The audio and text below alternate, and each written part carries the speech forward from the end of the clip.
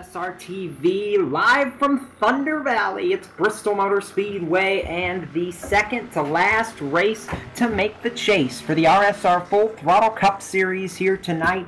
It is a serial bowl, it is a paperclip, it has been described by many names, but it is high banked, it is fast, it is furious, and it is going to be a fun night. The Thunder Valley 200 here from Bristol. I'm Jacob Seelman alongside my broadcast partner Evan Pasoko. Evan, we've seen just about everything that could and would have this season happen in the RSR Full Throttle Cup Series, and now we head to Bristol, a track that's notorious for anything and everything going on. We've got tempers, we've got attitudes, and we're going to have one who stands triumphant at the end of the night.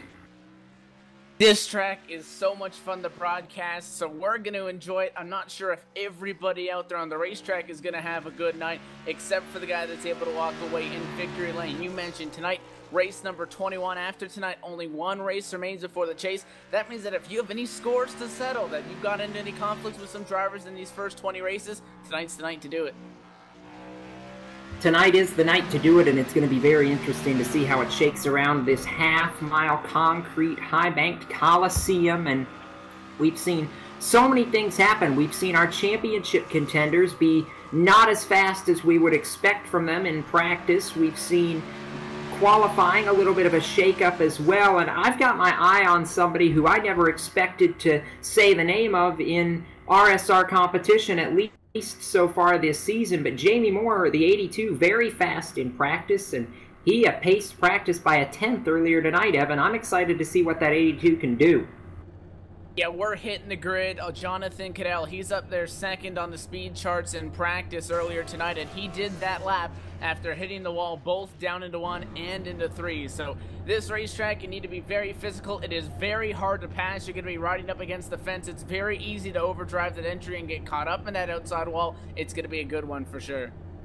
It will be. Quick look at the starting lineup. Corbin Hemstreet on the pole. E.J. O'Rourke to his outside. Scott Stenzel and Michael Woolley in row number 2. Nathan Little, Thomas J. George in row 3. Adam Benefiel, points leader. Eric Grundy's in row 4. And Evan, the top 10, at least those front 5 rows, Dan Murray and Mitch Rollo in the top 10.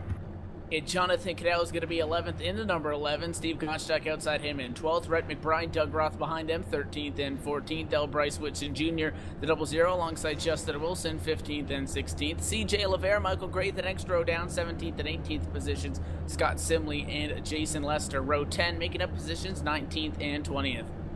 21st tonight going to be LD Sarabia, Jose Gonzalez, who almost took a win last week. 22nd, Doug Manning, 23rd, James Robinson, 24th, Brian Harvey rolls off 25th, 26th, Brandon Peterson, 27th, Joe Hassert, 28th, Mark Bratcher, 29th, Sherry Ann Mills. The rest of the drivers, Evan, on provisionals tonight. Yeah, Bobby Terrell is going to be 30th, first car not taking a qualifying time. Matt Lacrosse, 31st, R.C. Rigdon, 32nd, Bo McGuire, 33rd, Jamie Moore, 34th, 35th, Kevin Linden, and Eric Arnold is going to round out a 36-car field here at Bristol. That's not going to leave a lot of room for the other guys on the track.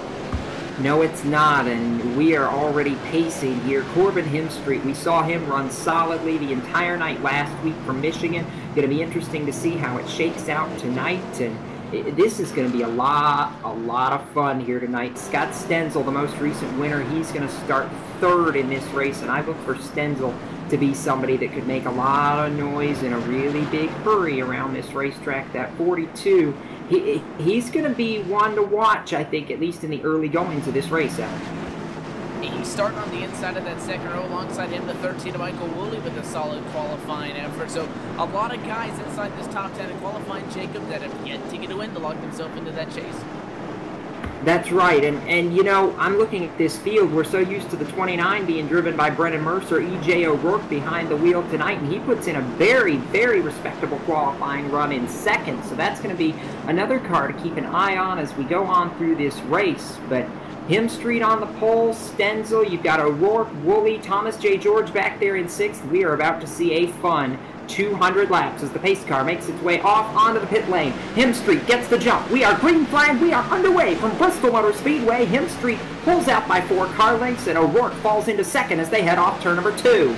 It's Scott Stenzel going the wrong direction. Now he finally gets it opening up in line. Does he take it? Yes, he does. He'll cycle up in front of the 94 of Eric Brundage, but Stenzel, after starting third, is back into the top 10 and trouble back in the back with Justin Wilson. Wilson around, and this track bottles up quickly. That is going to be our first caution of this race on lap number 2 of 200. And Evan, one of the other things we're going to be talking about all night tonight is how quickly this track bottlenecks. If you have somebody go around, especially in the corners, there's nowhere to run.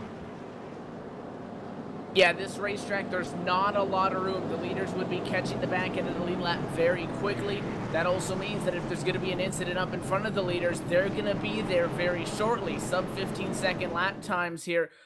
You know, you don't have a lot of time to react. That incident going to be caused by the 00. And Justin Wilson came over the radio and expressed his displeasure. It was the 00 of L. Bryce Whitson Jr. down onto the bottom, just overdrove the corner. It's easy to do that, and ended up driving hard into the left rear of Justin Wilson. Both those machines went around in the middle of a pack. The 4 machine was involved. Michael Gray shoots the gap. A couple other cars are going to get some damage, but quickly under yellow. And that's unfortunate, so we're circulating under caution. Not even 5 laps into this race so far. We have got a long way to go in this race. And, you know, we talk about this. We saw a similar incident during Saturday night's Cup race between Denny Hamlin and Kevin Harvick. And, of course, we're on the sim, so you can't just get out and throw your Hans device at somebody, Evan. But we are still going to see some words exchanged. And I don't expect anybody to be very happy, except maybe the race winner leaving this race at Bristol. There's going to be a lot of tempers flaring before the 200 laps are done here tonight in Thunder Valley. Easily.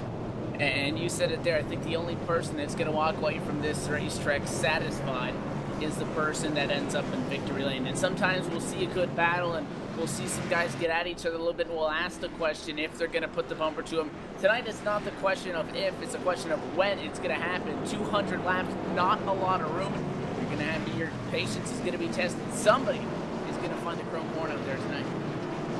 Yeah, they are, and just like that, we're doubling up for the restart. Corbin Hemstreet and E.J. O'Rourke, just like they started this race on the front row, but now row number 2 going to be occupied by Michael Woolley in the 13 and Thomas J. George, who picked up 2 spots on this initial restart. Scott Stenzel lost 2. He's back to 5th, and Eric Brundage, the championship leader, making a nice run in that Pennzoil Ford up to the outside of row number 3. That's how your front 6 stack up, but I don't expect them to be in the hornet's nest. Perhaps we'll find out in a moment. Meanwhile, green flag back in the air. We are back racing. And the leader's forced to the bottom, so Corbin Hemstreet on the bottom lane. Can he clear the 29 of E.J. O'Rourke at a corner number 2? Yes, he does. The GarryMercer.com Chevrolet of O'Rourke has to cycle back into number 2 spot. And very quickly, top 3 single file. It is the 13 of Michael Woolley. He's the first car trapped on the bottom. The 94 of Eric Brundage is going to get around him as well. He's going to try to slide up in front of Stenzel. Can he find a spot in line? No, he can't. And now trouble back in the back. The 46 of Bradger's around him. And just as that was going on, I saw the 94 of Brundage, I think, tag the wall too. But just like that, more trouble on the racetrack. Caution flag flies already for the 2nd time as we're working lap number 8 here in Thunder Valley at Bristol. I know we'll get a replay of that in just a moment. But unfortunately, this is what we feared for the start of this race, Evan. Everybody's all tight, jam-packed together, and we're seeing trouble early here on the concrete. Yeah, the replay is up, but it's going to come for the 19 of R.C. Rigdon. We saw him running up front not too long ago there, Jacob, in some of our previous races, and ended up being disqualified for a penalty. So coming back tonight, maybe looking for a little bit of redemption, riding around mid-pack, and get sideways at a 40 with side-by-side with the 50 machine. Now it's Bo McGuire's Pepsi Chevrolet on the bottom. At a 19, gets sideways and really never had a chance to try to correct it. He goes around in the wall, and we said the 46 of Bratcher was around it. In fact, it happened right in front of him. He came over the radio to warn the drivers behind them, but the 19 went around. The 36 on the brakes hard and almost was able to sneak through. That's going to be a tough break as Bobby Terrell is involved in that one. So 2, 3 cars at least, maybe 4. It looks like Michael Gray would around as well, going to get damage from that one. And again, quickly back under our 2nd yellow. There's just not a lot of room for these 30-plus cars to navigate this racetrack. And unfortunately, I think that's what that's going to lead to here, Evan, is a race where we're going to have to see some attrition in the first half of the race before we can get a stretch, hopefully, of green flag racing. We're going to have to see, unfortunately, a couple of these cars start falling out, so there's a little bit more room for the cars that survive before we can get some really good racing going on here. I tell you right now, it's the last time the scoring has cycled through. We have 34 cars left on the lead lap, a couple of takers to pit road down towards the tail end of the lead lap. But the two cars that are off is the 92 of Jason Lester. He's 35th, 5 laps down, and his Advocare Ford still has some pretty severe front end damage. But CJ Lavert, the number 4 Mobil 1 Chevrolet, back on pit road again. He got caught up in that incident on lap number 1. And that's not the first time that that 4 machine has been caught up in something not of his own doing early in the going. So CJ Lavert and that crew still trying to find a break, not going to get it tonight. No, they've not found a break for the last couple of weeks, and it's unfortunate because that car has had some speed at several of these racetracks. And, you know, looking back through this top 10, you know, I'm watching this, and Rhett McBride all the way back there in 10th. All of these top 10, Hemstreet, O'Rourke, George, Brundys, Woolley, Stenzel, Benefield, Rollo, Gottschalk, and McBride.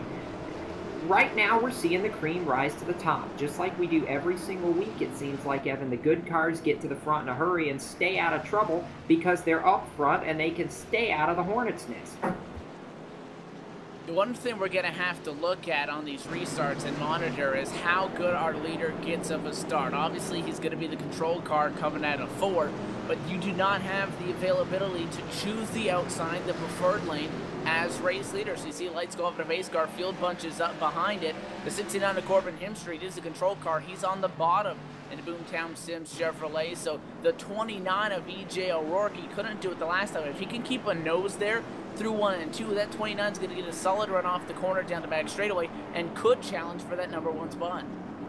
Well, we're about to find out. They're doubled up in that Ford First iRacing Mustang pace car getting set to hit the pit lane, and we'll be back hopefully under a green flag for longer than a lap here. Hemstreet, O'Rourke, green flag in the air. O'Rourke, just like you said, Evan, he got a much better restart right there, but Hemstreet is going to have the advantage into turn number 1. It looked like O'Rourke got a little bit loose on that high lane, and the battles for second. Thomas J. George to the inside.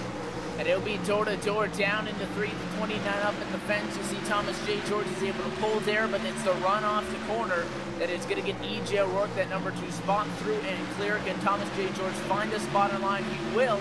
And now a check up at the 29 of O'Rourke. Everybody else is able to catch on to it quick enough. And a huge wreck. The 13 of Michael Woolley is hard in the fence. A top 10 contender. Caution flag is going to fly. And it looks like the 13 and the 96 having some trouble down the back straightaway, and that happened nearly at the front of the pack. Multiple cars involved. The big wreck down there in 3.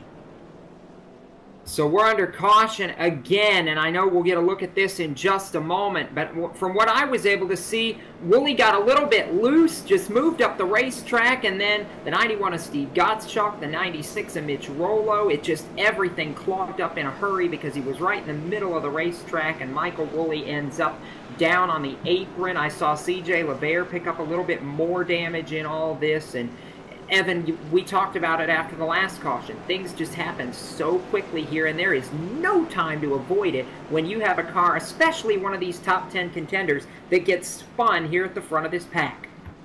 Yeah, definitely in that scenario, as we take a look at the replay going up right now, looks like maybe Woolley might have got a little bit loose. I know they came close off the corner. The 96 might have barely got the right rear, but Woolley did lose the handle off the corner, came back up, and there's fast cars in that. The 2 of Rhett McBride, the 11 of Jonathan Cadell, the 91 of Steve Gottschalk. Those are top runners that are, you know, those are cars that are capable of walking away in victory lane tonight, caught up in that incident, and obviously the damage varying between all of them compared to what how much of that caution they got, how much of the wreck they were involved in, but nonetheless they are going to get a little bit of damage. We have a couple more takers on pit road towards the tail end of the field, and obviously those cars that were running top 10 that are involved in that. But we're going to have to see who can do anything on the bottom. And it's going to be interesting to see. We're going to start to see varying strategies here in a minute, but I want to see if we can get another look at this replay in a minute. I was watching Actually, the 26 of Jose Gonzalez through all that, Evan. I don't know how he found a hole on the bottom of the racetrack to squeak his way through there, but an unbelievable drive by the 26 moves him up to the 11th position, and he does get through that, maybe an such a slight bit of contact, but basically gets through unscathed by going to the bottom and just almost totally coming to a stop. That's all you can hope. I mean, this racetrack, you could call it self-clean. Some cars kind of linger up there against the fence when there's an accident, but there's not a lot of apron on this racetrack. The advantage that he had was he was able to get down to the apron right there where pit road exit is, so it widens out a little bit as the inside wall is pushed in just a little bit. You got to get down there and slow it down as much as possible, and you can only hope. You really don't have a lot of control in that situation. Just now, the 13 of Michael Woolley, he just comes over the radio now, Jacob, and has claimed responsibility for that incident. So obviously he's going to get the EOL, but the 13 does claim responsibility for causing that most recent caution. So we'll double them up. The lights are out on the iRacing.com Ford First Mustang pace car, and again, Corbin Hemstreet going to line up as the race leader. E.J. O'Rourke to his outside. Thomas J. George pinned on the inside in third. The guy I'm going to be keeping an eye on this restart, the championship leader back there on the outside of row number 2. Eric Brundy's in the Pennzoil Ford. The number 94 machine has made a nice climb. He started 8th. He's up to 4th, and he is moving to the front as the pace car hits pit road. Clear, and we're ready to go. Oh, Hemstreet almost didn't go, and he gets loose on the restart. He spins the tires. New leader, E.J. O'Rourke. Hemstreet holds on, and they're 3 wide back of the pack. Dan Murray way to the outside in the 51. It is tight off turn number 2. They make it work for the time being, but they're able to hang on. The 69 of Corbin Hemstreet nearly put it in the fence and took out the whole field as he slowed it down right before accelerating on that restart. He is able to hang on. He'll cycle back to the number 4 position, and that is going to put that 29 of E.J. O'Rourke in the number 1 spot, but trailing him is the ever-so-fast 94 of Eric Brundy's 2/10 off.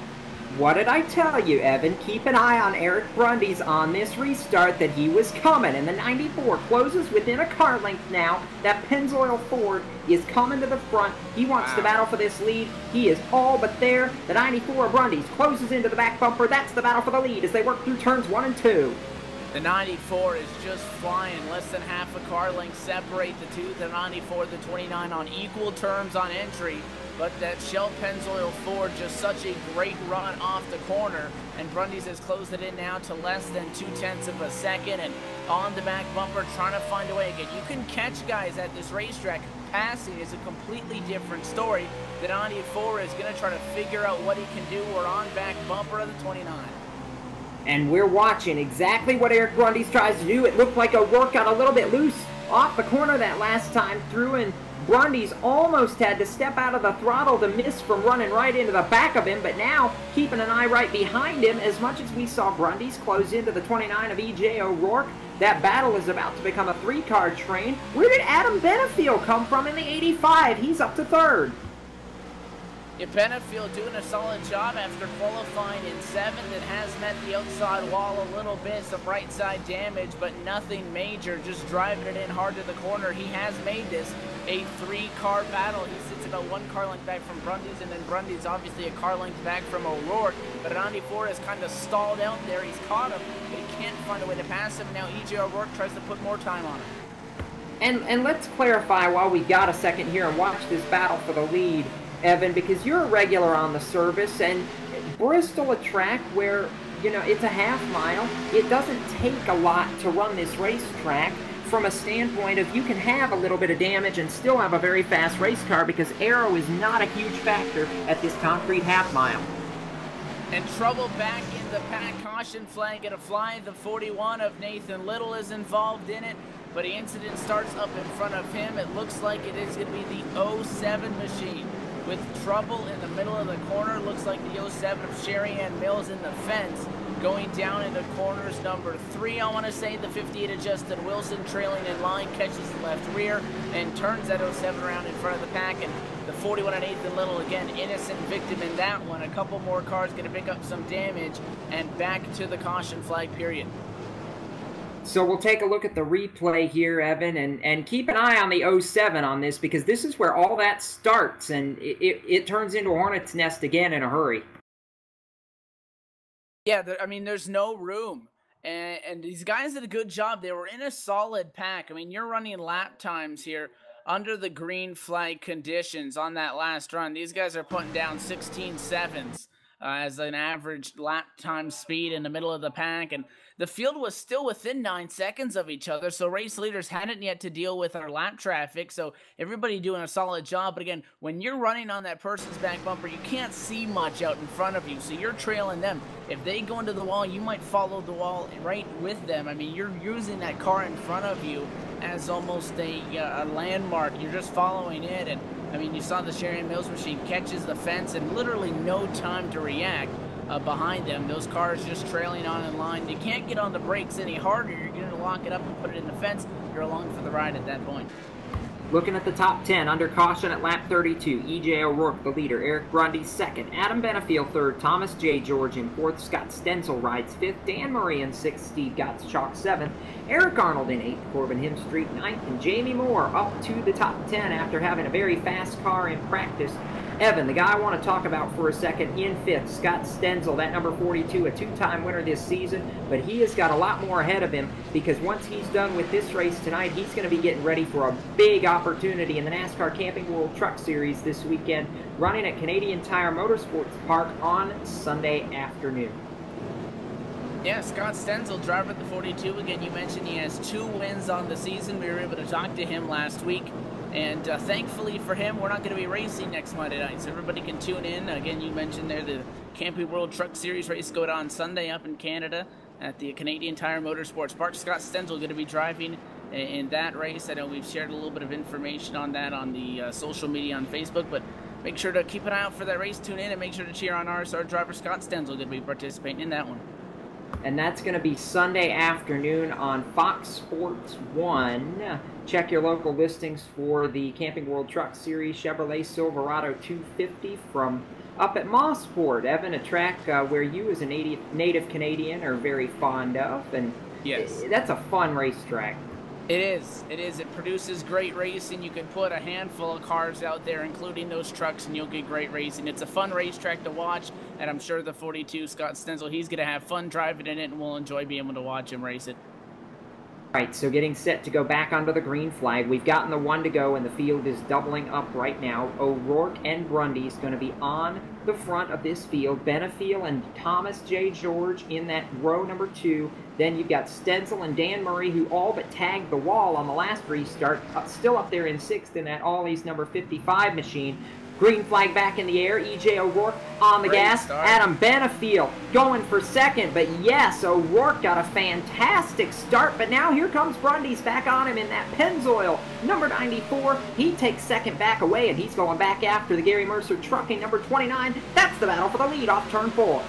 It looked like Benefiel may have had a shot at battling for second, but down to the corner, the 94 of Grundy's was able to use the outside off of corner number 2 on that restart to clear him. So Benefiel slides in line 3rd. Thomas J. George rides 4th as everybody inside the top 5, single file for the moment. Still E.J. O'Rourke up front. The first side-by-side battle is the 91 of Steve Gottschalk. He pulls in line behind the 31 of Eric Arnold.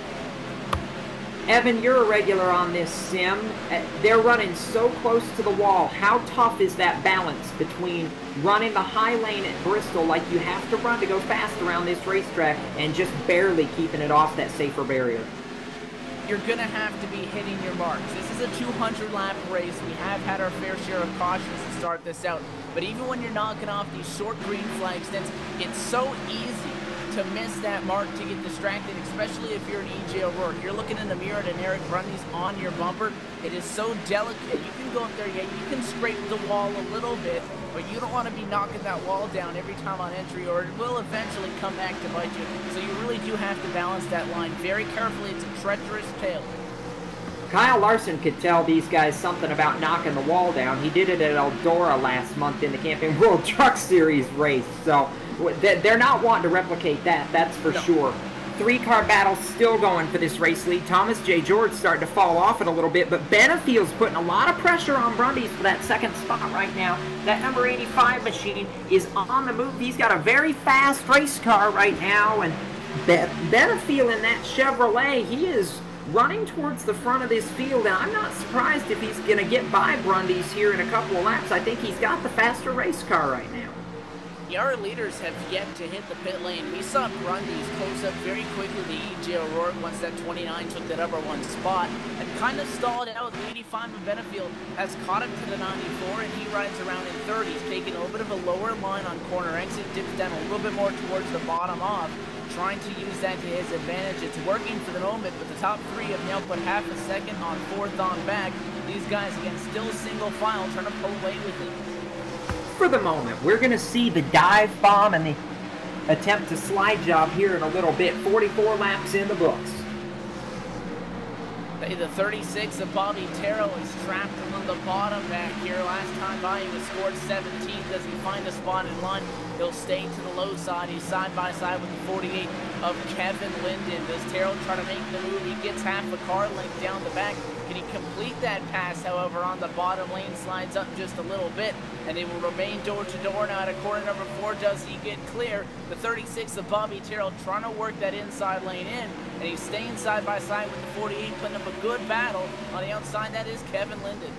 Talking about battles, we've got a battle for second. Adam Benefield just took a look in that number 85 to the inside of Eric Brundys in the 94. Benefield having to fall back in line, but meanwhile, just ahead of them, I believe last time by, E.J. O'Rourke may have just tapped the safer barrier coming up off turn number 4. The back end of that car stepped out just a little bit, and he had to go way to the low line of the racetrack in order to save it. So E.J. O'Rourke hanging on right now just may have clipped that safer barrier off turn number 4, but holding on strong in that number 29 rather. Garry Mercer Trucking Chevrolet leading and now pulling about 4 car lengths over Eric Brundys.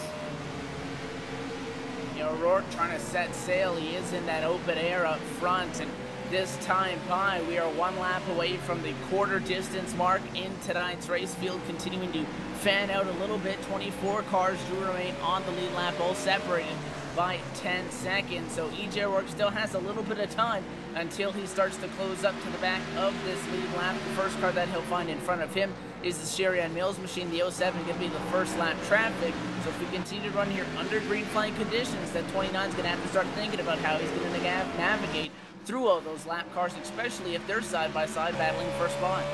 And we're watching back from the Sherry Ann Mills machine to see exactly what would be seeing from the 29 machine, that gap back to the 29, and they are coming in a hurry. You see that gap closing up rapidly, and E.J. O'Rourke, very much a faster car than the wounded 07 of Sherry Ann Mills, and he's got to go way to the high side. He almost runs into the back of the 07 because the closing rate is so fast. Oh, a parking lot, Jacob. Out of the corner, back under yellow we go. And at least 8 cars sideways. It's a multiple car incident, at least 4 of them. In Mills the initial was in impact, it looks like the 46 there up at the front of it that gets turned to start it all off, and the 48 is in that picture as well. But it looks like Mark Bratcher may have gotten hooked, or the 46 pushed up on Kevin Linden, but that was a big one. 5, 6, 7 cars. The big one strikes early here at Bristol, and again, they turned that corner into one of those carpool parking lots. That was a big and ugly wreck. Nonetheless, we go back to yellow flag conditions. And that happened just ahead of the leaders. You're going to see how close this is for E.J. O'Rourke, Eric Brundys, and some of the rest of this field. Sherry Ann Mills was in it. The 51 involved, Doug Manning, and oh boy, some guys having to slam on the brakes to avoid this one. Just like you said, Evan, an absolute parking lot as we're under caution, and the leaders are now on pit road, led by E.J. O'Rourke, and I think you're going to see a lot of 4-tire pit stops right here. They're going to put Sunoco Virtual Racing Ethanol into those machines, and down and away goes E.J. O'Rourke. He is the first off of the pit lane in that number 29, and will retain the lead for this restart, but under the 4th caution here at Bristol. Hey, it was a drag race for the 2nd spot off of pit road. The 94 of Brundys leaving his stall before Benefield. Benefield 1 stall in front of him, and They went nose to nose on that exit, and it could be a toss-up. It looks like the sim is going to give the position to 94 of Eric Brundys, but that must have been mere thousandths of a second. Those two cars were nose to nose coming off the pit lane, and that could be very key in who won or who lost that battle, because it'll dictate if you're going to be starting on the inside or the outside lane. But those were our leaders that pit. E.J. O'Rourke came in from the #1 position, and as O'Rourke sits in 5th, James Robinson scored 4th, is now down pit road. Jose Gonzalez, Brandon Peterson, and Eric Arnold, top 3 on the racetrack, yet to come down for service under this caution flag.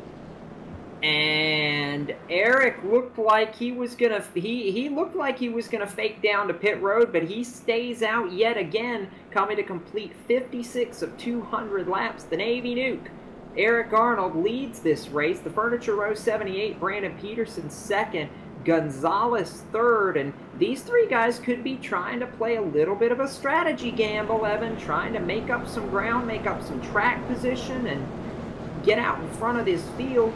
You know, old tires at a short track is not so much as a disadvantage as it is at some of these higher speed racetracks, your Michigans, your Texases, your Californias. It's going to be a toss-up here on this restart. If these guys can get away, they may be able to turn this into a pretty good track position game. Yeah, you can't expect to sit out there and lead every lap if you're E.J. O'Rourke. Again, when they were all up front at the start of this lane, when Corbin Hemstreet was in the #1 spot, and again, that 69 that started on pole has cycled through to the #10 position as we double up behind a base car. You can't expect to lead every lap, because when we saw our leaders stay out for the first few cautions, guys mid-pack came down pit road. That would be the guys that you see top 3 on the racetrack right now. Now, the question is going to be, how will they fare up against a very fast E.J. O'Rourke? The 29 is going to have the advantage of starting on the outside lane. First car on 4 fresh Goodyear tires. We're going to have to see how it shakes out. Yes, we are, and they are doubled up. The iRacing.com Ford First Mustang pace car getting ready to hit the pit lane, and we're going to go back green with Eric Arnold and Brandon Peterson on the front row. The Navy Nuke gets a great restart. He pulls 3, 4, 5 car lengths on Brandon Peterson as we're back under green flag. 5th, working lap number 59. They're wheel to wheel for 2nd behind the race leader, and that's going to stack up E.J. O'Rourke in the traffic.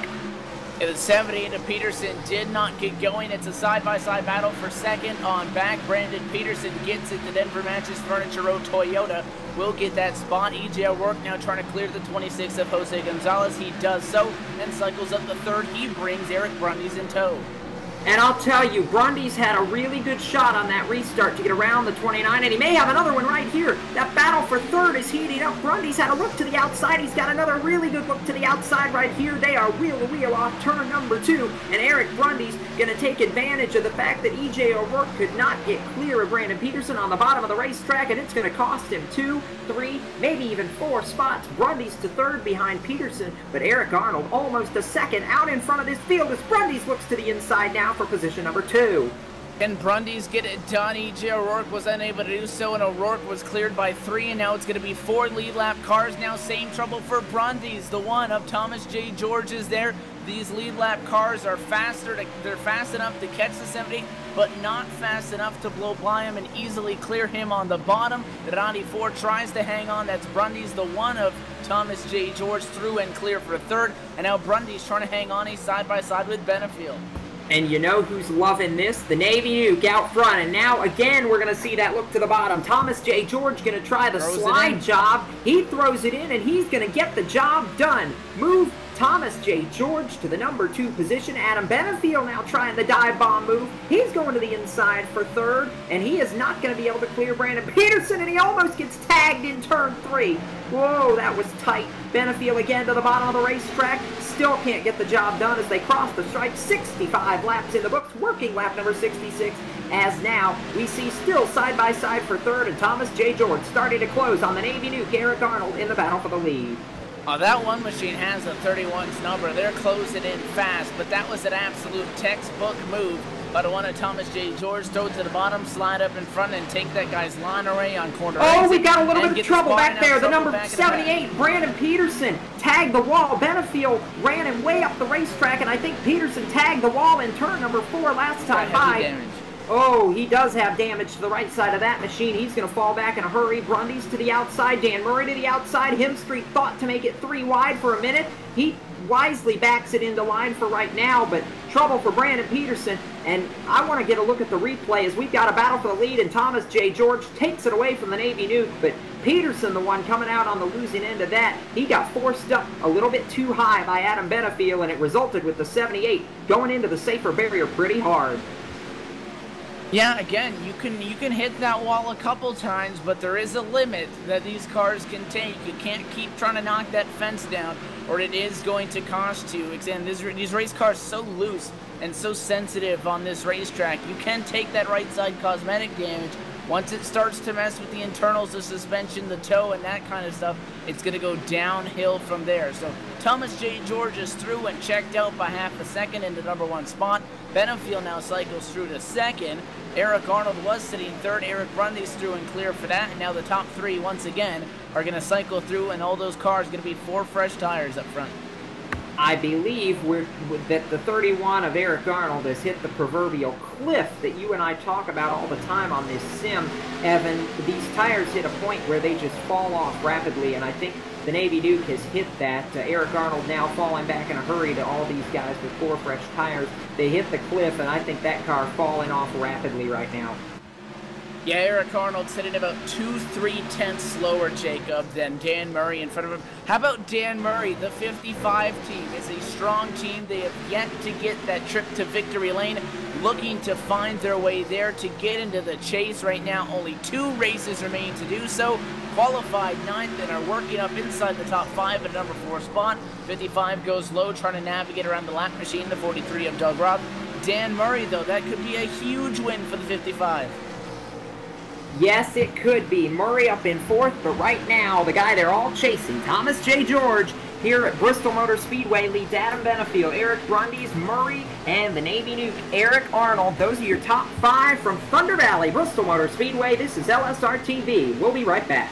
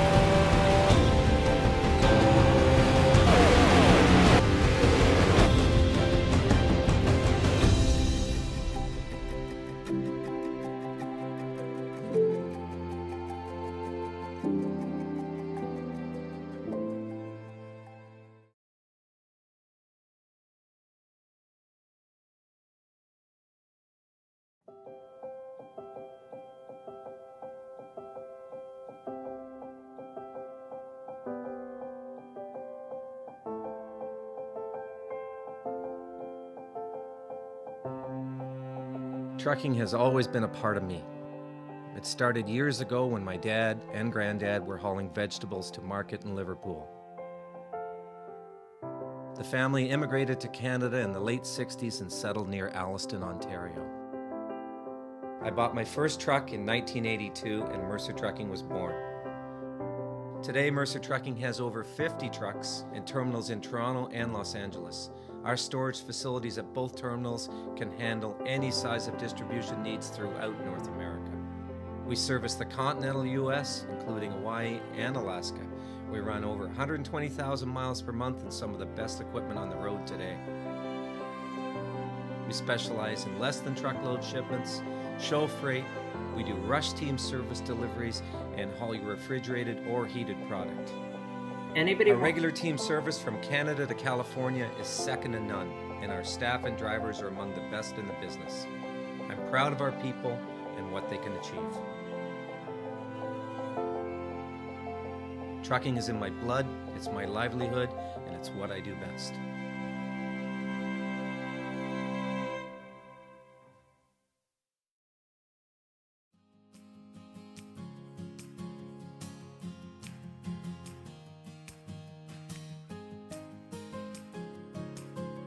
Oh.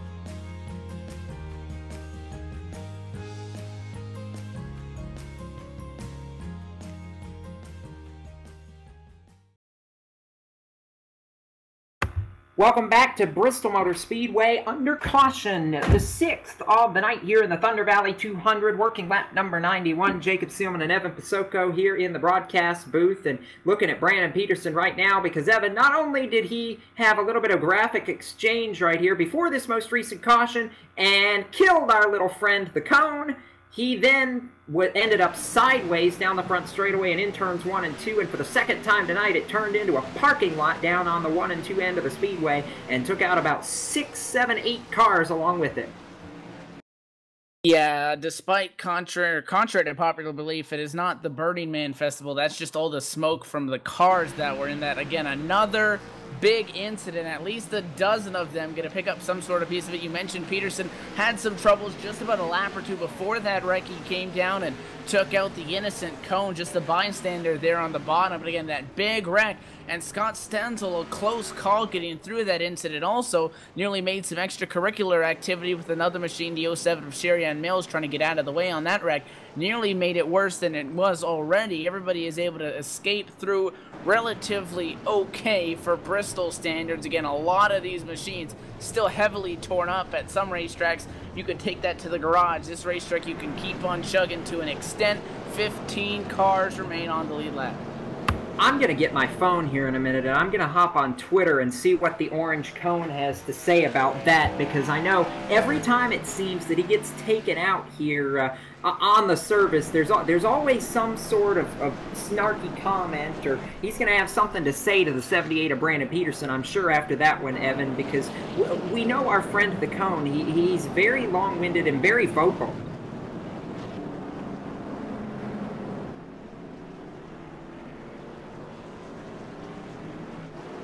Jacob, we're back under caution here. We got a solid green flag running there, and we're going to go back green here just a couple laps short of the halfway point. So closing down the range of about 45 minutes since the drop of the green flag in tonight's action, and the caution is going to be thrown. It's going to be delayed, so at least one more time around before we do get the one to go. John Abbott race control to lane the yellow to make sure everybody can get cycled through. But again, fast cars. Brandon Peterson, again, a lot of cars in that. RC Rigged to the 19 has had a rough night tonight. A lot of fast machines are torn up. The 00 of L. Bryce Whitson Jr. is going to go to the lead. That machine has a lot of front-end damage and right rear. What was I saying to you earlier in this race, Evan? It's a short track. You don't need an aerodynamic advantage. You just need to be out front when it matters.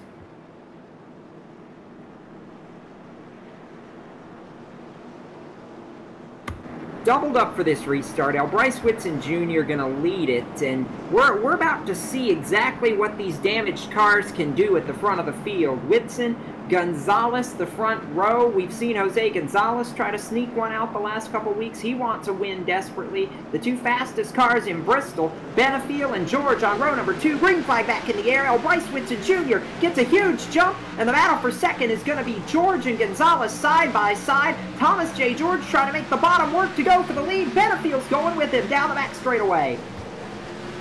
He's going to get clear, but he can't slide up in line because he's door-to-door for the lead. Thomas J. George second at the stripe. Now Benefiel to the bottom as well. And George is going to clear the 00 at a corner number 2 to the number 1 spot. Benefiel needs to get around that 00 as well. He can't let that one machine run away with this. No, he can't, and the problem is how Bryce Whitson Jr. uses the momentum from the high lane to hold Benefiel at bay for right now. Benefiel back to the bottom again. Eric Brundys is pinned to the bottom now as they're scattering. I think Gonzalez got a piece of the wall just now because he fell way back in a hurry. Now the battle's for second between Benefiel, Brundys, and now Bryce Whitson Jr. Thomas J. George out in front by 5 car lengths in turn 2. How long do you wait if you're the 85? Do you give up and do you use the bumper? Not quite at halfway, so still a good amount to go. Now the 00 Whitson Jr. in the fence again to the bottom through, and will he be clear as Brundys on the bottom? Benefiel has now cycled back in behind him. They can't quite clear him, and Thomas J. George is gone by over a second nearly. He is loving this. Halfway this time by Thomas J. George, your race leader. Brundys is now through for second. Bryce Whitson Jr. and Adam Benefiel battling for third. Then it's the Navy Nuke, Eric Arnold in 5th. Dan Murray 6th. Jose Gonzalez 7th. Matt Lacrosse 8th. E.J. O'Rourke 9th. And Corbin Hemstreet 10th. Evan, while we got a second, let's take a look further down through the field here, just past halfway. Jamie Moore sits second, or 11th, my apologies. Bo McGuire is 12th. Scott Stenzel, 13th position. Jonathan Cadell is 14th. 15th is Scott Simley, last car on the lead lap. Doug Roth 1 lap down in 16th. 17th, Barrington Peterson. CJ LaVere, 18th. RC Brigden, 19th. And Mark Bratcher rounds out the top 20. And I believe most of the rest of these cars are now out of this race. Sherry Ann Mills, I think, still maybe on the racetrack in 21st, as does James Robinson in the 7 in 22nd. But Gottschalk, 23rd. Bobby Terrell, 24th. Doug Manning, 25th. LD Sarabia, 26th. Jason Lester, 27th. Nathan Little, 28th. 29th to Kevin Linden, and 30th to 58 to Justin Wilson. Most of those cars have had a lot of damage so far in this race and are now behind the pit wall. Tell you, Brundys on the move since he cleared that 00 machine. The gap was about 1.2 seconds from Thomas J. George to second on back. That time by it closes in to 2 1/1000ths over of 0.8 of a second. And now trouble coming over the radio. The 21 machine is warning a couple of guys there. Sounds like there's trouble down in corner number 1. Trying to get a look at it right here. I'm not seeing a caution just yet, so at least for this moment we're staying green. Brundys takes another 0.5 tenth off it. It's down to 3/4 of a second. Benefiel finally has gotten through for the 3rd spot. The battle is for 4th between Bryce Whitson Jr. and Dan Murray. You're right, Eric Arnold, one of the cars in trouble. He was running 5th just before this. Not sure, Evan, maybe you saw something I didn't, but Eric Arnold in trouble has dropped to the tail of the lead lap. And that's what Matt Lacrosse was talking about. The 31 just slid a little bit high, got sideways into the inside wall, bounced off of it, a couple of hits to the left front, but that car never turned fully around. He used the apron to get back going, so he now finds himself at the tail end of the lead lap. No caution as Eric Arnold cycles back to position number 15. Now that's rare. That is very rare. How often do we talk about a driver getting in trouble at Bristol and there's no caution, Evan? I think that's almost unheard of, and it's actually a pretty tough break for the 31 of Eric Arnold because he's lost a ton of time, almost 3/4 of a lap here with 90 to go. Yeah, Brundys down to 0.5 seconds. Adam Benefiel hasn't quite been making up all that time. He had to work pretty hard to get around the 00 machine, who has since been passed. Dan Murray just now getting through and clear. That's going to be for position number 4. But Benefiel not making up the time that Brundys has been. He still sits 1.7 seconds back. Brundys trying to make this a 2-man show at this point. I'm stunned. Brundys has taken off almost a 10th a lap from the race lead that Thomas J. George has built up. 7, 8, 100ths every single lap. It's down to 4 car lengths. You can visibly see how close Brundys is getting, and this battle for the lead is heating up right here. It's down to 3 car lengths in the corner. It's down to 3.5 down the straightaways. We're about to have a 2-man fight for the lead here as the leaders are coming to work on lap traffic. The 92, Jason Lester, going another lap down, but Brundys is closed into 2 car lengths right now, and it is a dogfight for the lead with 114 complete. Lap traffic continues to yield low. Mark Bratcher stays down to the inside, so our leaders are able to battle it out on the preferred lane. Up top, taking a look, sprint screen, or taking a look, that is Eric Brundys riding around in the number 2 spot. It's less than 2/10 that last time by. Scoring cycles through this time through, going to lose a little bit of time, back up to 4/10 as they had to navigate that lap traffic, but both those lap machines yielded low. But now Thomas J. George is starting to close in on the cars towards the tail end of the lead lap that are not damaged enough to just blow right by them. And that's going to be a challenge as they ride right now in front of him in the preferred group. Going to have to see if anybody pulls down low. That's going to be the key right here. Who pulls down and who tries to stay on the lead lap. Still with 83 laps to go. There is a lot of things yet to be decided, and Brundys trying to close the gap back in. He lost a little bit of time when he was trying to get around the lap car of Mark Bratcher, the 46 machine, and now Brundys not able to quite close in as much as he was before sliding with that number 46 machine, trying to get around him, but Brundys still right there, chipping away at it just a little bit. He's being patient. He knows he's got time, and just kind of hovering right there. He knows lap traffic is going to be his friend, and it is right now, because Brandon Peterson and the 43 of Doug Roth are side by side ahead of your race leaders. This is going to be tight. Devin 8 goes low, but the 43 is in the racing group at a high side. The 1 is going to be forced low. He caught him at a bad time, and now Brundys to the bumper, and Brundys in the wall. Overdrives entry a little bit, loses a little bit of time. Thomas J. George on the bottom, through and clear. Brundys will follow suit as well, as Doug Roth yields to let them go by, stays off the gas, hand out the window, lets them go. Thomas J. George hangs on to the lead, but that's easy, and it's that simple how you can catch that lap traffic on corner exit.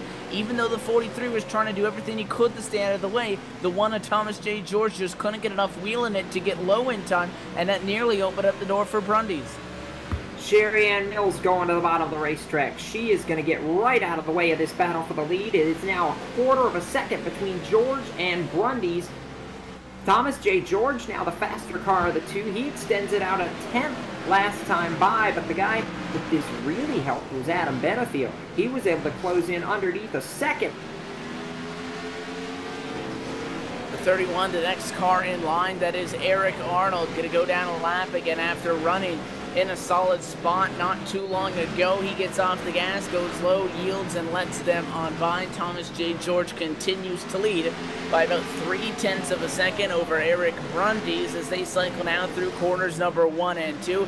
Brundys continuing to try to trail Thomas J. George, and no lap traffic for the immediate future in front of these guys, so they're going to get a moment to race it out. 75 laps to go at the strike. The car length and a half as they battle through the corner. 13 cars remain on the lead lap. Jonathan Cadell, the last of that bunch of cars, 12 seconds back, or 4 seconds to the good over Thomas J. George as he rides around in the number 1 position. Benefield, an update on the 85 Toyota, has closed in significantly as our leaders have been going at it through the lap traffic. Benefield has been able to close the gap that was at 1.7 seconds down to 9/10. 4th on pack, pretty much out of this immediate picture. Dan Murray, the 55, is in the number 4 spot, but he is 4+ seconds out of it in that spot. All eyes on front, and again, Benefield is going to be trying to make this a 3-car battle here not too long. He's nearly caught Brundys.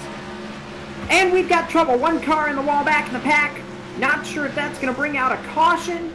No caution yet. We're still waiting, still watching the battle for the lead. And Stenzel now, I think the caution's going to fly as the leaders flash by Stenzel. He's going to go a lap down right here. Trouble at lap 129. Caution flag, and it involves the driver who is a 2-time winner this season and going to be making his Camping World Truck Series start on Sunday. Scott Stenzel in trouble, Evan. A tough break. He was battling with the 00 machine. A lap obviously a lead lap battle. He was battling for position and just drifted up the slightest bit. Couldn't really do anything about it. Got into the left rear. Stenzel went around and did a good job of keeping it off the fence for the most part, and ended up backing it in and then slid up the racetrack a little bit, stopped, and once that car comes to a stop on the racing surface above that apron, the caution flag was thrown. So Stenzel, as it sits right now, will remain on the lead lap because he stayed out. Leaders down for service. 4 tires, gas, and go for Thomas J. George. He'll lead Brundys and Benefiel off the pit road. How about Benefiel picking up a spot from Brundys during that pit exchange? A lightning quick pit stop for that 85 Toyota crew. So it's going to be George, Benefiel, Brundys for this American Ethanol restart. And going to wait to see, I think Dan Murray going to restart 4th here on the outside of row number 2, the Ollie's Toyota. He's had a strong run so far tonight, Evan. He's kind of been hovering around the top 5 all night long, and it's paid off for him. The drivers right now discussing the incident and their varying opinions on what went down over the radio, as Thomas J. George will once again cycle through to the number 1 spot. CJ LeVere stays out in front of the pace car for a wave around. RC Rigdon, Jason Lester, Doug Roth, Scott Stenzel amongst those that again are staying out. They will get waved by the pace car at the 1 to go and cycle back to the tail end of the field. So that will put Thomas J. George on the bottom of the front row, Benefiel up top, Brundys on the inside of the second row. And can we see Dan Murray do something with this? The number 55 machine sits right now in position number 4. He will have the outside lane coming to this restart. Still looking, again, for a solid finish and obviously a victory as he sits 14th in points to lock himself into the chase. And that's what Dan Murray is looking for to get locked in. 2 races to go. I want to talk more about Scott Stenzel. He's already locked in, but of course, this is not the night he's wanted. He's going to be looking for much better luck on Sunday afternoon for the Canadian Tire Motorsports Park Camping World Truck Series event that he is driving for the Mittler brothers. And going to get a little bit of a look at that right here. And Stenzel driving for the Mittler brothers, a lot of people are going to call it an underfunded team, but they've done some good things before. They were running in the top 10 at Talladega last fall, Evan. So Stenzel's proven he's got what it takes. He just needs the right brakes, and he's thinking this road course this weekend could be a pretty big equalizer for his little team. They think they can make a top 10 very achievable. Yeah, the Cup Series not obviously at that racetrack, so you're not going to have to worry about the really big teams there with the Cup guys in it, Kyle Busch and Brad Keselowski. So definitely possible. Again, that race is going to be Sunday, August the 31st, 10:30 p.m. Eastern Time, as you mentioned on Fox Sports 1. Getting ready for the restart, doubled up. Thomas J. George, and look at this. Adam Benefiel on the outside of the racetrack. Could he make something happen for the race lead? We're about to find out. 134 laps going in the books. Green flag back in the air. Thomas J. George getting the jump on Adam Benefiel. He's going to jump to the high side, and Benefiel's around in turn 1. He saves it on the apron. Oh my, Benefiel going to lose about 8 spots. Trouble back in the pack. Caution flag is out, but Benefiel, how did he hang on to that race car, Evan? He is able to prevent a caution because that could have easily ended up in the inside wall and back up in front of traffic. And it looks like maybe from a little bit of a checkup from that incident, the 50 of Bo McGuire gets hard on the brakes, checking up for the 82 of Jamie Moore, and gets some help around the 11 of Jonathan Cadell, gets into him 1-2 times. A couple other cars going to get a little bit of damage as they bump and run, trying to get through that. All Scott Simley turned around, but caution flag going to fly once again. Could be called an immediate result of the trouble for the 85, but at the end of the day, Benefiel keeps it pointed forward the right direction. He will slide back to position number 5, but it is not inside the wall there and not on the record. So under caution here, working lap number 137, and Eric Brundys going to be the big beneficiary of this one. He is up to the 2nd position. Dan Murray 3rd, 8th caution so far in this race, and spending closer and closer to a quarter of the total distance. We're inching right up towards, before too long, 50 laps under caution here. not quite 40 laps under caution right now, Evan, but still 8 cautions in this race, not the way these guys wanted to see. But the second half of this race, it's kind of like we were talking about at the top of the show. We thought we were going to see a lot of cautions early, and then as we started to have that attrition, lose some of these race cars and have a little bit more space on this Bristol Motor Speedway, get a few more longer green flag runs. And I think the long green flag runs may be starting to run out of time to get those in. And it's the typical pattern that you see these races follow. You see a couple of yellows at the start of the race. Everybody tries to get sorted out. And you see that middle portion there. We got a really solid green flag run-in that we went to commercial break under. Several laps were completed under the green flag condition. A lot of good racing. Now we get back to the yellows, but we're closing in on the 60 to go mark. That's not a lot of time at Bristol. 60 to go when these guys are running nearly 4 laps every minute. So the intensity is going to start to pick up, and that means these drivers are only going to get more and more aggressive. You can only push these race cars so far in the limited space that you are given with all these other machines out there on track. It is going to be interesting to see what's going to happen. The number 1, however, is P1. That is still Thomas J. George in the Snap-on Chevy. Adam Benefiel in that number 85 Toyota, he was just peeking up around the 2nd and 3rd spots right there. Almost got to the door of Eric Grundy's under this caution. Evan, you don't suppose the 85's a little bit irritated right now, do you? I'm sure he's fired up. To add on to that, he's going to be on the inside, which means that he is going to be forced to be aggressive, to hold his position, or to at least not lose any positions on this. So let's see what Benefiel can do. Again, he'll be the inside of the number 3 row. I'm really got my eyes on Dan Murray, though. We've seen that machine have solid runs this season. He's been so close, Jacob, to capitalizing and getting to victory lane. Will this be his night, or will we see yet another trip to victory lane for George and Grundy? He's going to find out as we get set to go green. Yes, we are. Thomas J. George looking for his 2nd career victory after he got the first one at Watkins Glen just a couple weeks ago. Ford first pace car is in. Green flag back in the air. Dan Murray gets a good restart. He's going to be almost side-by-side with Grundy's for P2. Corbin Hemstreet's up there on the top lane. He's going to try to go to the outside of Murray for 3rd. Off turn number 2. Matt Lacrosse creeping into this picture. Don't think I've said his name all night long. He's going for that number 4 position. Number 5 right now with Benefiel. That's the best battle on the racetrack with Lacrosse, Benefiel, and now Dan Murray. It's a 3-car fight for 4th, but out front, it's still Thomas J. George and Eric Grundy.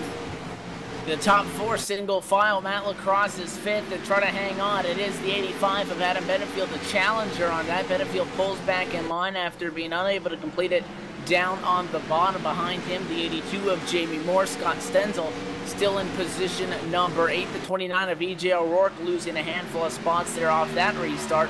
But now a huge run to the 55 of Dan Murray to the bottom of Corbin Hemstreet.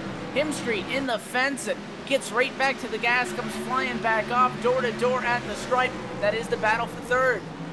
Oh, and Matt Lacrosse wants to make it 3 wide. He had aspirations of sticking it to the bottom, and now Dan Murray's way loose. He's trying to hang on to it. Now down to the apron and saves it. Holy cow. And that was in front of traffic, and everybody is able to get around him. He is able to hang on to it. He'll cycle back to just behind the 91 machine, and that puts him in position number 10 on the racetrack. But Dan Murray, what a move down there in the corner and down that front straightaway to keep it pointed the right direction and to keep the fenders on his machine. As Carl Edwards said, that looked like something you would see in a video game. And I know everybody would argue this is not a video game, but you get my point. I want to take a look at this replay. Dan Murray, holy cow. We're going to go on board with him on this replay, and what a piece of driving by that number 55 Ollie's Bargain Outlet Toyota. I still don't know how he saved it. It seemed like he was halfway to some sort of Five Flags amusement park ride, the way he was going around trying to save that machine, Evan. An unbelievable job, and he still rides in the top 10. So you take him out of the equation inside the top 5. What does that give you? The 69 of Corbin Hemstreet, pole sitter. Haven't seen him at his Boomtown Jim Chevrolet up front since the start of the race in the opening laps. 69 machine has now cycled back to position number 3.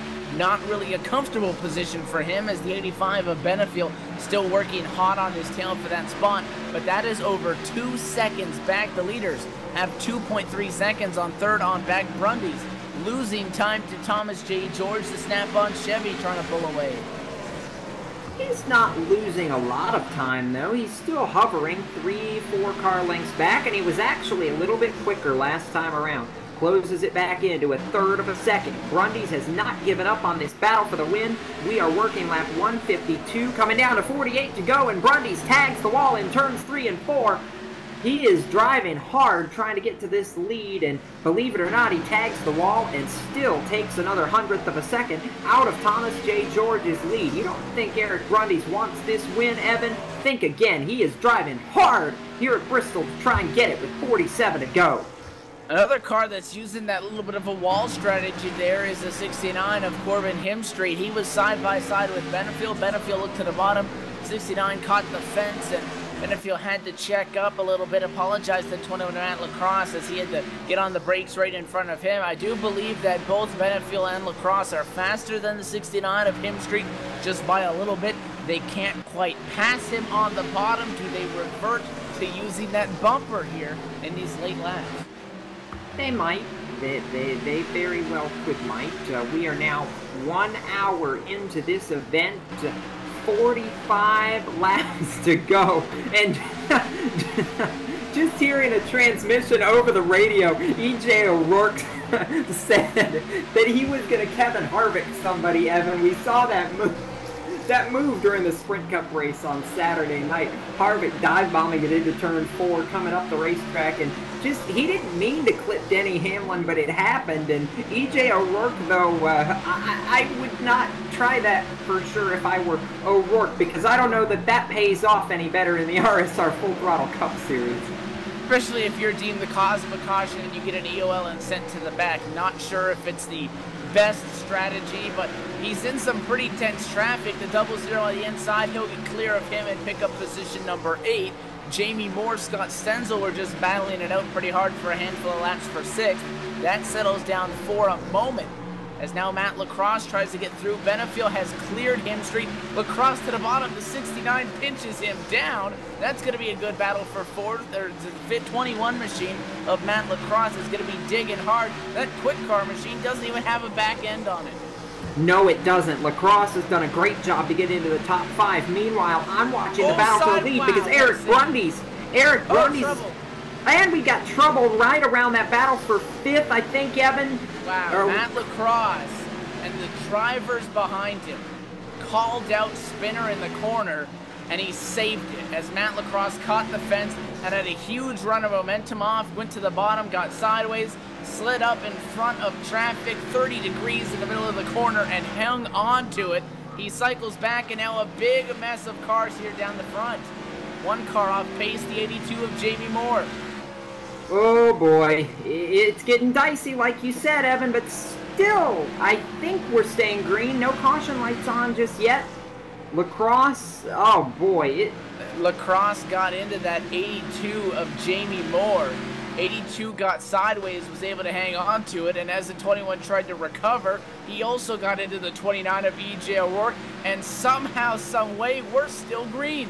Please, somebody explain to me how we've not turned the wheel and caution lights on yet. This is unbelievable. 36 laps to go, going to be 35 to go when we get back to the stripe. Thomas J. George and Eric Brundy's still leading this field, neither of whom want to see a caution. Brundy's had a run on George before one of the many incidents that should have been a caution but wasn't. And now Brundy's has got a run again. George was in the wall last time by through the corner. Turn number 2 has not been good to Thomas J. George, and it may cost him the lead here. Brundy's had a run and almost capitalized on it. It's down to a car length as we close into 30 laps remaining. You mentioned 35 to go the last time by, as Brundy's has closed it into less than a 1/10 of a second. And again, third on back, not in contention at this point. They're 2.4 seconds out of it as Benefiel occupies the number 3 position. 2.5 now as the leaders, even though they continue to battle, keep putting time on third on back. And that's the amazing thing. They keep gapping Benefield, Hemstreet, and the rest of this field, coming up on 32 laps to go right now, and these leaders, they're fighting lap traffic, they're fighting each other, and they're still faster than everybody. What does that tell you about third on back? They've got nothing on these top two tonight at Bristol. Yeah, at this point, their spotters are letting race control know that there's debris all over the racetrack and they need a yellow, but even if they were to get up there, I don't know if they would have something to contend. Now, you may be able to work a little bit of strategy, maybe some luck can play into that, a couple guys get in the fence, because we know if we see a late race restart at Bristol, it's on at this point, but even if they get up there, I'm not sure if anybody's got something. Thomas J. George and Eric Brundy's in a field of their own right now. Jacques, where is Jacques? That's what they're looking for. They want Jacques Debris to appear on this racetrack. The problem is they're running out of time for him to show up. 29, gonna be 28 laps to go. Eric Brundy's locked onto the back. Locked onto the back bumper of Thomas J. George, and I'll tell you, it's like the two of them have a trailer hitch between them. Nobody able to escape from the other, and Brundy's, Evan, I can't help but think he's waiting for the right time to make the lead because he doesn't want to make the move too soon and give George a chance to get back around him. And you see they're closing in on a little bit of lap traffic. That's Brandon Peterson, his damaged machine, but Brundy's, again, you said he could easily stick a nose down there, try to make something work, but by riding that back bumper, he may be able to force a mistake out of Thomas J. George. Now, the Snap-on Chevy doesn't typically make mistakes. That's why Thomas J. George sits in the #1 spot. But the constant pressure that the 94 is putting on him by being right on that back end here for these handful of laps, he may be able to force, again, the #1 machine to get distracted just that moment. We talked about how easy it is to overdrive the corner and miss that mark that you got to hit. If Brundy's continues to apply the pressure, he may be able to force some sort of mistake out of Thomas J. George to open up that window. He took a peek to the bottom right there. I don't think he found quite what he liked and goes right back to that top lane in 3 and 4. He's going to... Oh! We got trouble. Caution flag on the racetrack, and I think for the third time today, a parking lot and right in front of the leaders. Holy cow.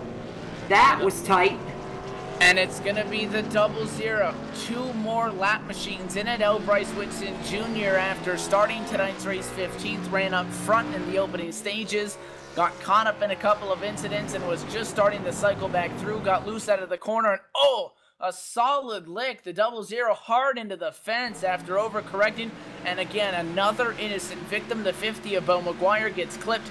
He gets turned around hard. The 19 of R.C. Rigdon once again can't get a break. He gets caught up in it. And the Beau McGuire obviously not happy. You see he drives into the door of Whitson Jr. under the caution flag. And once again, despite how far ahead of that from the leaders it was, Eric Brundy still had a close call trying to navigate that crash site.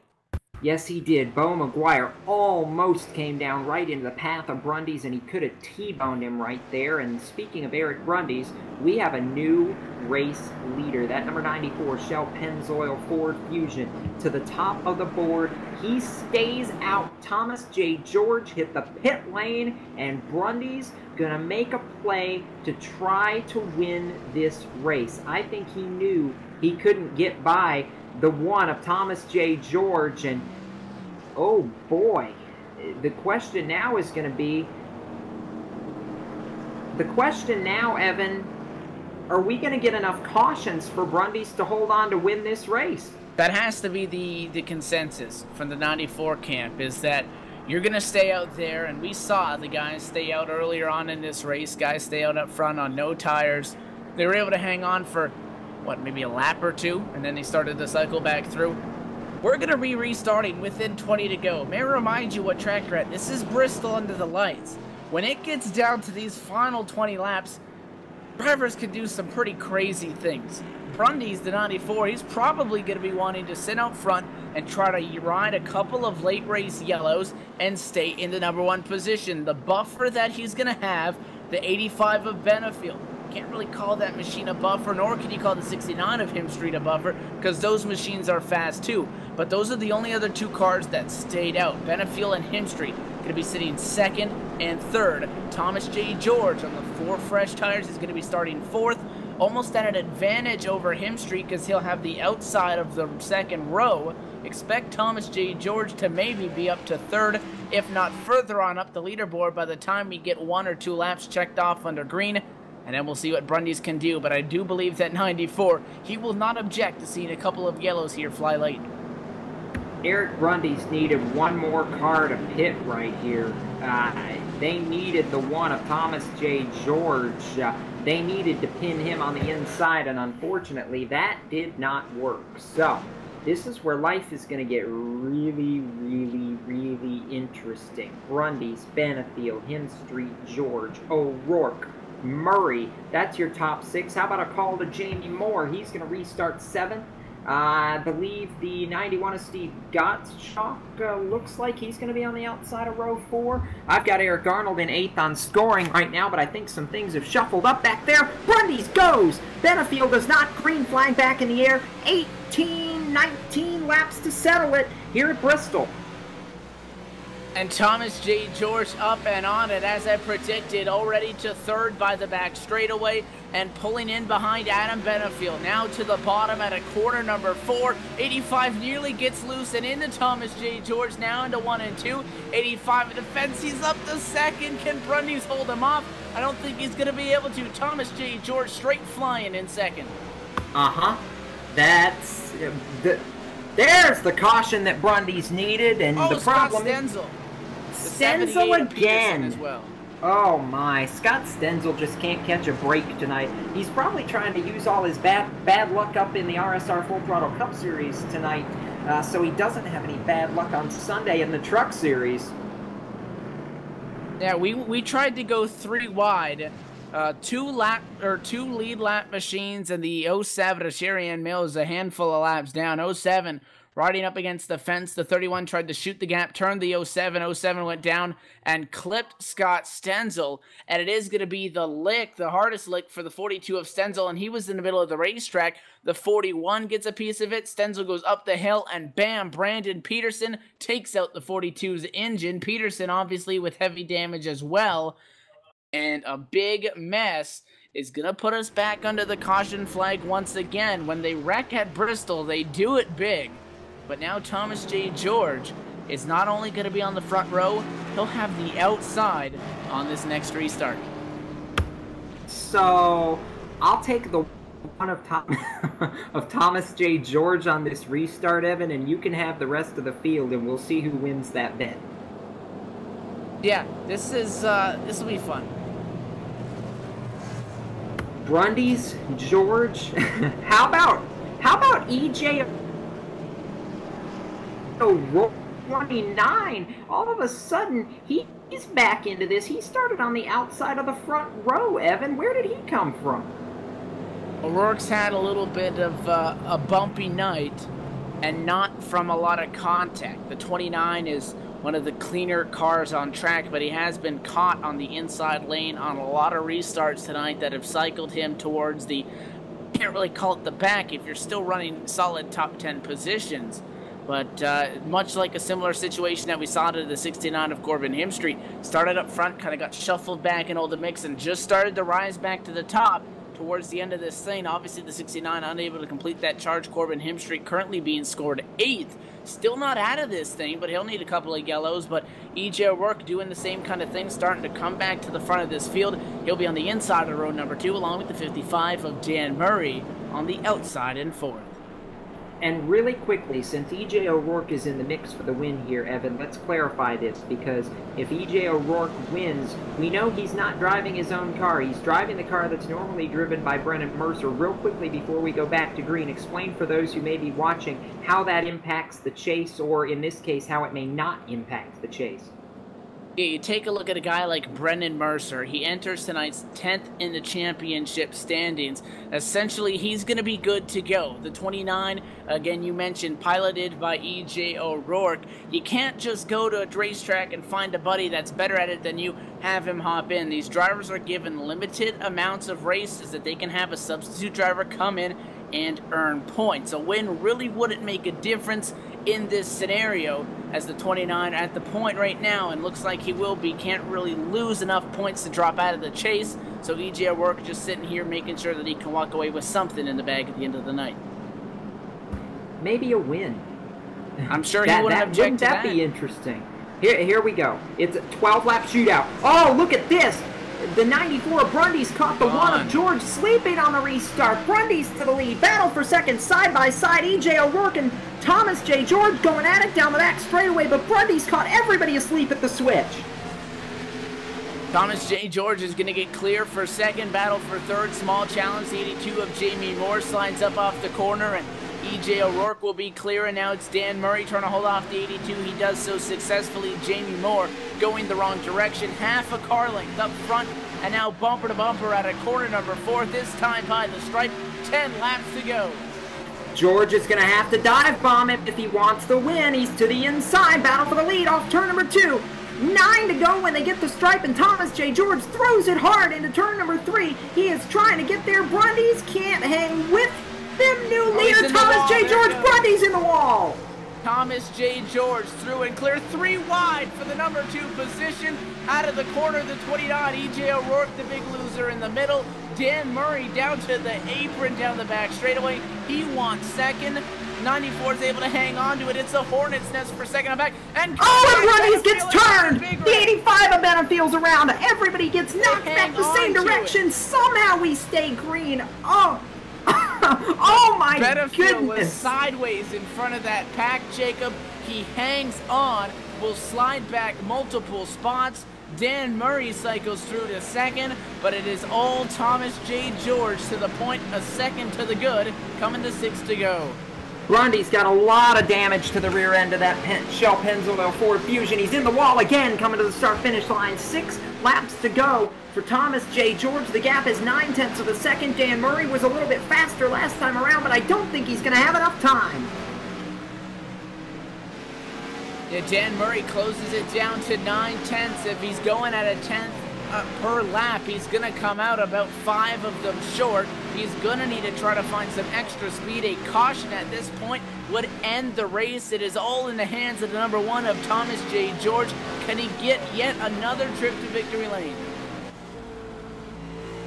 4 laps to go. The gap is growing. Dan Murray 1.1 back now. Thomas J. George running away from it. Jamie Moore in third. Him Street O'Rourke. Brundy's going the wrong direction. He's back to 7th. Only 9 cars left on the lead lap. It's 2.5 laps to go for Thomas J. George. And now he pulls an extra 2/10. It's all clear sailing from here on out. 1.2 seconds is the gap. And now 2 laps to go, this time by the start-finish line after qualifying in 6th. Thomas J. George, just 4 more corners after he comes out of this time to get the white flag. Gonna try to make it his 2nd win on the season. White flag in the air, it's the flag of surrender.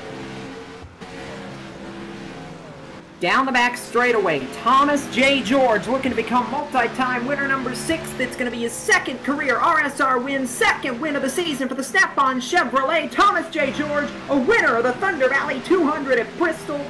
Dan Murray 2nd in a brilliant drive. Jamie Moore 3rd. Corbin Himstreet 4th, and E.J. O'Rourke rounds out the top 5. Only 9 cars on the lead lap in an attrition-filled race, but Thomas J. George, wow, what a drive. Fresh tires was the ticket to victory lane at Bristol, and the number 1 on top for the 2nd race in the last 4. He is a winner at the last great Coliseum. And Eric Brundy's, who put up a valiant effort trying to stay out and make the tires work, he'll come home in 9th place. Well, it's still a top 10, and we're going to see the celebration, the burnouts beginning for Thomas J. George. He is revving that car and rolling in the corner down up there on the 30-degree banking. George, your winner. We will hear from our top 3 and maybe see if we can't get a word with Eric Brundy's too. We'll try for that, but first we're going to go to a commercial. Thomas J. George, a winner here at Thunder Valley. We'll talk to the top finishers when we come back from Bristol Motor Speedway. This is LSRTV. Stay with us.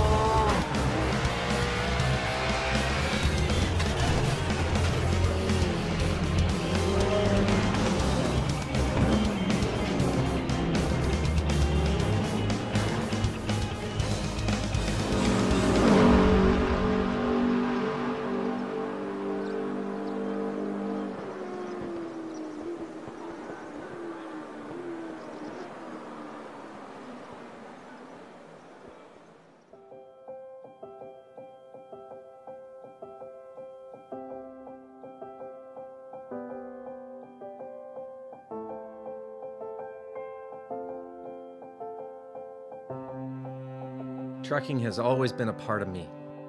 It started years ago when my dad and granddad were hauling vegetables to market in Liverpool. The family immigrated to Canada in the late 60s and settled near Alliston, Ontario. I bought my first truck in 1982 and Mercer Trucking was born. Today, Mercer Trucking has over 50 trucks in terminals in Toronto and Los Angeles. Our storage facilities at both terminals can handle any size of distribution needs throughout North America. We service the continental U.S., including Hawaii and Alaska. We run over 120,000 miles per month and some of the best equipment on the road today. We specialize in less than truckload shipments, show freight, we do rush team service deliveries, and haul your refrigerated or heated product. Our regular team service from Canada to California is second to none, and our staff and drivers are among the best in the business. I'm proud of our people and what they can achieve. Trucking is in my blood, it's my livelihood, and it's what I do best.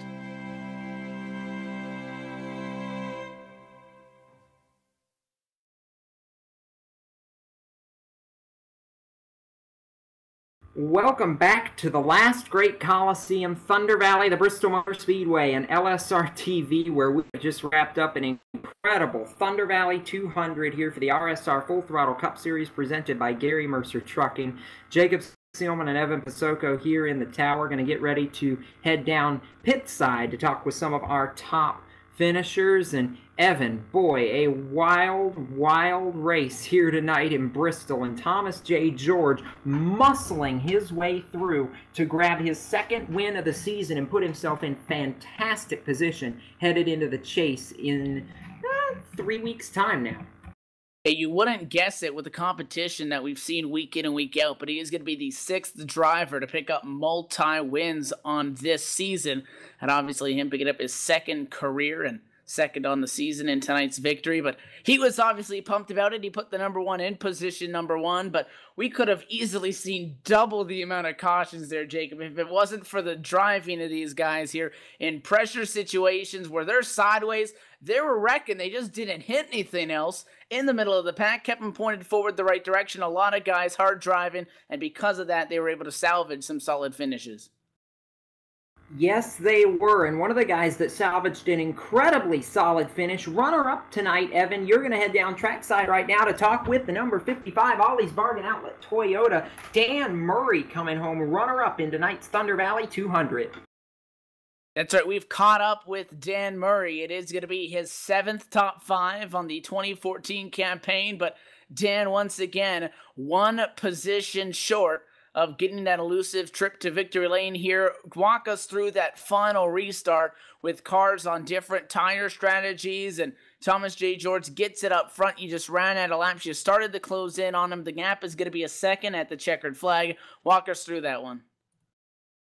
I just know all year long I've been making the same mistake where I stay out on the old stuff just because I want track position, but it hadn't worked out at all. So this time I decided to come in and get 4 and just see where I'd stack up. I really didn't know how many cars were on the lead lap. I really wasn't paying attention, but when I saw there was only 7, I was like, well, this can't hurt too bad. I was just ready to go as soon as it's just so hard to pass.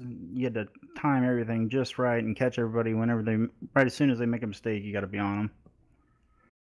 Entering tonight's race and in preparation for this, before we kicked off 200 laps at Bristol, what was your approach to this one? What was the strategy that you were going to take into this to get a solid finish? You had a decent job, and actually a very good job in practice session in 8th spot and qualified in the #9 position. So had a top 10 car. We saw you kind of fade back a little bit and then surge back towards the front in the late going. I mean, what kind of mentality do you have to take into a race like Bristol? Oh, yeah. You just really got to make sure that you don't make a mistake and you capitalize on everybody else's mistakes. And then also you just got to try, as hard as it is, you just got to try to stay out of some trouble. And lucky enough, I wasn't around much, but I was around enough just to scare me, and then I about lost it myself. So I just knew I had to qualify up front and try to stay up there. And usually I mess around back in the back way too long before I decide it's time to go. But this time I just wanted to be up front, because I knew once we got some green flag runs and laps would tick off real quick. So I just wanted to be there with a shot at the end. And lucky enough, I got up there and was able to have a decent finish. Still not the win, but I'll take second. We're going to have a week off. No racing next Monday night. In 2 weeks' time, going to be race number 22, the final one of segment 3, the final one of the regular season. Going to be heading into a short track, but a very different animal than this one. Richmond for 160 laps. What are your thoughts moving into that? I'm excited. I like Richmond a lot. I normally do pretty decent there. Just another place you got to avoid the trouble, and then, you're going to have some late race restarts where you want to, unlike here where you're rim riding, there you want to be along the bottom and force everybody else to the outside lane. So we're going to practice hard next week and then hopefully be ready to go in 2 weeks. Definitely. Before we let you go, who makes it happen for you and the crew? I just want to thank everybody at Steel Horse Racing, Jason Swan, Kevin Pearson, Danny Sanchez, David Gibson, Cody Gibson, Jonathan Kindell, Greg Evans, ICANN Designs, who paints all my stuff. He does a hell of a job. And then not our teammate anymore, but Adam Benefiel gives us a lot of help. So yeah, things are looking good. I just want to say thank you to those guys, and thank you guys for covering this thing. Well, congratulations on another solid top 5 finish, and we look for that 55 to put up another solid effort moving forward in this season and try to get that victory lane. 10-4, guys. Thank you very much. That is Dan Murray. Jacob, he comes home tonight with a second place result. Yes, he does, and I'm headed down the pit lane just a little bit further. Eric Brundy's in the Shell Pennzoil number 94 Ford Fusion. Eric, this was your race to lose on that last restart, and I have to imagine, and maybe you'll correct me on this, and and I have to imagine you were looking for a couple more caution flags trying to hold this one off. I would think, was that the thought going through your head there at the tail end? No, basically there just weren't enough cars that stayed out, and we had like 30 laps in those tires at least. But I knew we weren't gonna be able to hold off Thomas. He's just too fast. But we were probably gonna come up with a top 5, and the 85. I don't know. I don't know what happened. I actually gotta talk to him about it. But no, he's. I never had a problem with him in the past, and he's really fast, but I also know that he's really aggressive, and that was one of those times. So I don't know. It's Bristol, I guess. But we didn't. I mean, it wasn't really our race to lose. We were running top 5, but we hadn't led until we stayed out, and I just hope we had a few more yellows. Yeah. Eric, looking at this though, on that last restart, you got tossed around a couple of times there, getting run into. What was it like just trying to hang on to your Ford Fusion there at the tail end? Because I saw you, I think, 4 or 5 different times over the final 10 laps get slammed in the rear end and still come home with the top 10. But how tough was it to hang on? Well, yeah, I got all 12 of my incident points in those last 7 laps or whatever. But no, the first. I got on the wall the first time trying to hold the outside for the lead, and that didn't hurt my car too bad. But then when Adam wrecked me, it really bent it, and then the steering was bent, and car wouldn't steer straight, and when half of the lap is a corner, it's not a good thing. So yeah, it was. I'm just glad it was almost over at that point. But. Obviously, still 3 wins on the season. We know you're going to be among the top seeds for the chase. You wanted that 4th one, though, tonight. As you're looking back on it, would 4 tires have made a difference for you guys there at the end? Well, we were behind Thomas before that last caution, so if we'd gotten 4, we still would have been behind him. So, I don't, we went for the win. It just didn't work out. Yeah, even 2 tires, there would have been other people behind me stayed out, and I would have had to pass them on 2 tires. So, I think I don't regret the decision I made. I think it was the best, my best chance to win. It just went green a little too long, and if we needed a few more cars to stay out with us, I think we would have had enough distance. But oh well. And before we let you go, Eric, still the points leader, and that's not possible without people and supporters. Who makes it happen for Eric Brundy's? Well, I want to have a special thank you to Main Performance PC. This is my first race on a new system. I went from about 65 frames on low graphics to about 170 on high graphics maxed out. So it was really, really, really nice, and a lot of eye candy tonight for me, which is really cool at Bristol under the lights. So I just want to thank them. I want to thank you guys for a great broadcast. So thanks. Eric Brundy's comes home second. Evan, I'm going to walk over real quick to Victory Lane, and while I'm doing that, I want you real quick to regale anybody watching, because we've got another broadcast coming up tomorrow night. Yeah, obviously tonight the Real Sim Racing Full Throttle Cup Series, race 21 coming to a close, but we got 10 more races going to be coming up on Tuesday nights live on LSRTV. It is going to be the return of the RSR Asphalt Assault B Series, once again going to be presented by Inside Sim Racing, and we kick it off tomorrow night, same time, same place, at Talladega Superspeedway. That's going to be for 88 laps. Oh, Talladega, and any series that's named Asphalt Assault that goes to a restrictor plate track makes me go, hang on tight and just pray that somebody gets through to win the race. And speaking of winning races, Evan, I've gotten down here to Victory Lane now, and how about this? For the second time in 2014, I'm able to talk with this guy, Thomas J. George, driver of the Snap-on Chevrolet.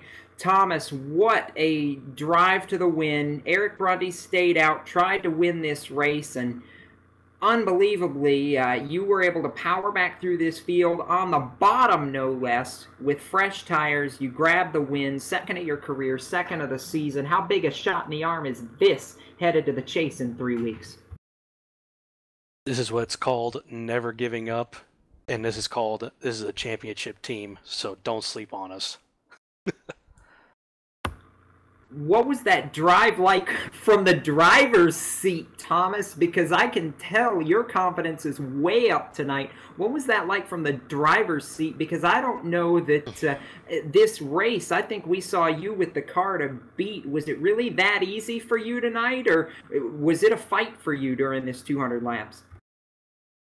Oh, no race at Bristol is ever easy, and there's a reason. Even, with everybody saying how bad the outside lane is and you can't pass, no matter what situation it is, Bristol, when you win here, you have genuinely accomplished something. You have survived every wreck that's come out. You have survived possibly being dumped. I can remember just before that last caution, the car was starting to go away, and Eric was all over my bumper, and I was wearing out as the run went along. But when that last caution came out, first thing that went through my mind, get 4 fresh tires. There's enough cars on the lead lap I can gamble. Last week, I did not take those 4 tires, and I led the most laps in that race too. And I told myself throughout that last 20-lap shootout, I'll be damned if I'm going to lead the most laps and not win again. You won tonight and put yourself in a really good position headed to our next race, of course, off for Labor Day next Monday, but we head to one more short track before we kick off this chase at Richmond in 2 weeks' time, the final race of the regular season. How confident are you now that you've had the success on a short track that you can parlay it into potentially a series-tying 3rd win of the season in 2 weeks at Richmond? Well, you look at the last 5 races we've had, other than Michigan, we have now, from Indianapolis to Watkins Glen and now Bristol, we finished in the top 5 in 3 out of the last 4 races. And going to Richmond, we finished second there back in the spring. And like I said back then, it's my hometown track. I literally live just outside of it. And when we go to Richmond, it just gives me that shot in the arm that I want to win there. I don't want to, we have 2 wins, and yeah, I could take it easy. Not when we go to Richmond. I want 3 wins. I want to be tied with Eric in that top of the seating there, because I want every shot I can to get this. I mean, you think I sound ecstatic right now. Imagine if I win Richmond. I'll be shouting like crazy. Oh, and Thomas, we've seen the momentum swing your way a lot in the last couple weeks, and we know you can't do it by yourself. So who makes it happen for you and the one team? I'd like to thank Snap-on. They've always been good, and they're going to have to fix some of the damage I put in the car tonight. But I think they'll forgive it. State Farm, I'm not sure they'll forgive me as easy. Probably watch my premiums go up. Bass Pro Shops for all my hunting and fishing needs and my gun needs and all that. And of course, can't fix this car without genuine GM parts from AC Delco. And thank all my teammates, in the NIS we had 2 race winning cars and Wednesday and Friday, and bad luck bit us. And just thank you guys for putting on this show. I know those last 20 laps for you guys were really exciting, seeing who could go up through the field there.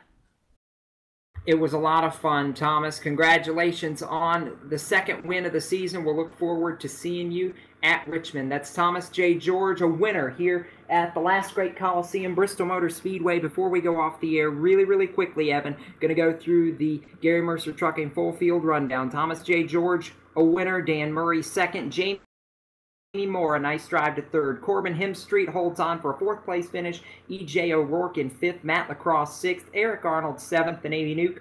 Doug Roth in 8th. Eric Brundy's 9th. Scott Simley, the first car, a lap down in 10th. Only 9 cars on the lead lap at the end of this one.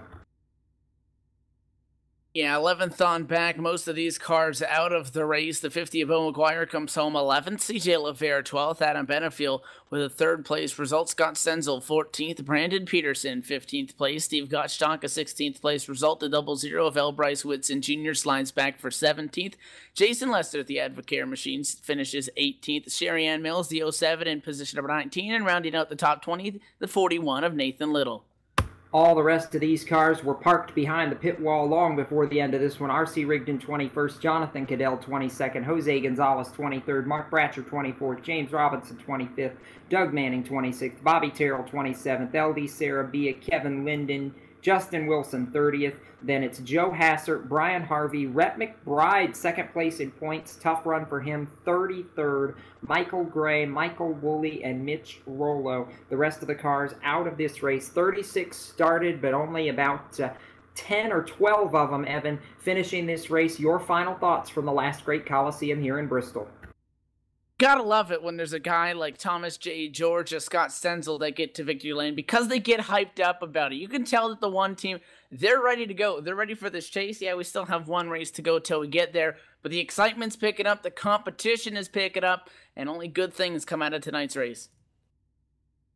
It's going to be fun. We've got a week off next Monday, but we'll be back in 2 weeks' time for Richmond. The Garry Mercer Trucking 160, the finale to the regular season before we head into the chase for the RSR Full Throttle Cup Series Championship. Until then, from Thunder Valley and Bristol Motor Speedway, for everybody at LSRTV, my broadcast partner, Evan Pasoko, and our executive producer, Laura Lawson, I'm Jacob Seelman. Race fans, keep it off the wall until we meet again, and we will see you next time on the web. From Bristol, good night.